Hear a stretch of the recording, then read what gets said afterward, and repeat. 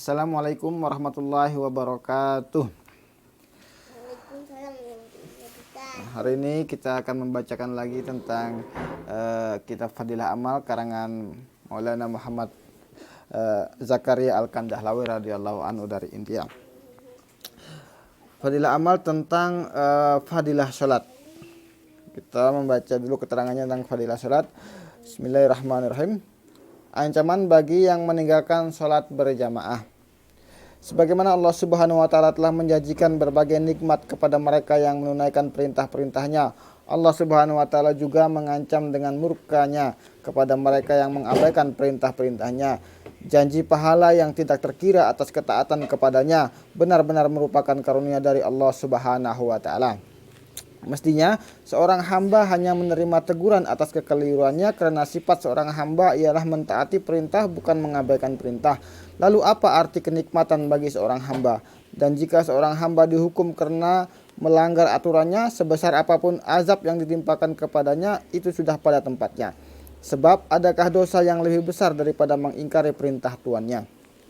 Mestinya tidak perlu ada peringatan dan teguran secara khusus terlebih dahulu, tetapi karena kasih sayang Allah Subhanahu wa taala dan Rasul-Nya kepada kita, dengan berbagai cara mereka telah mengingatkan kerugian yang akan menimpa kita. Seandainya kita masih belum memahaminya, maka kitalah yang rugi. Hadis yang pertama. Bismillahirrahmanirrahim. Ani bin Abbasin qala Rasulullah sallallahu alaihi wasallam, Man sami'an nida'a falam yamna'hu minat tiba'ihi ujrun. Qalu wa mal ujru? Qala khaufun aw maradun. Lam tuqbal minhu salatul lati shalla.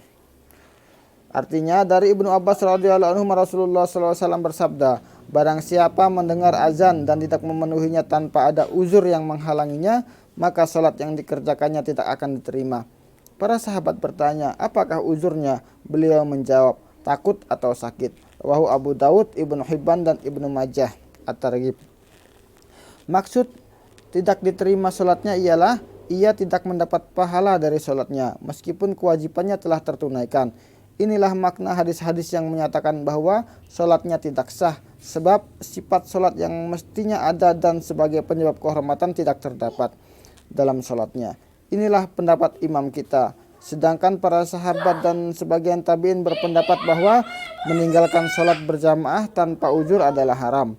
Oleh sebab itu sholat jamaah itu fardu, sehingga banyak ulama yang berpendapat bahwa orang yang meninggalkan sholat berjamaah tidak sah sholatnya. Sedangkan mazhab Hanafi berpendapat sah sholatnya, tetapi ia berdosa karena meninggalkan jamaah. Ibnu Abbas radhiyallahu anhu meriwayatkan sebuah hadis bahwa ia berdosa karena mengingkari Allah dan Rasul-Nya. Ia berkata, barang siapa mendengar azan lalu ia tidak salat berjamaah, berarti ia tidak menghendaki kebaikan dan tidak dikehendaki mendapatkan kebaikan. Abu Hurairah radhiyallahu anhu berkata, barang siapa mendengar azan lalu tidak salat berjamaah, maka lebih baik dituangkan timah mendidih ke lubang telinganya. Demikian hadis tentang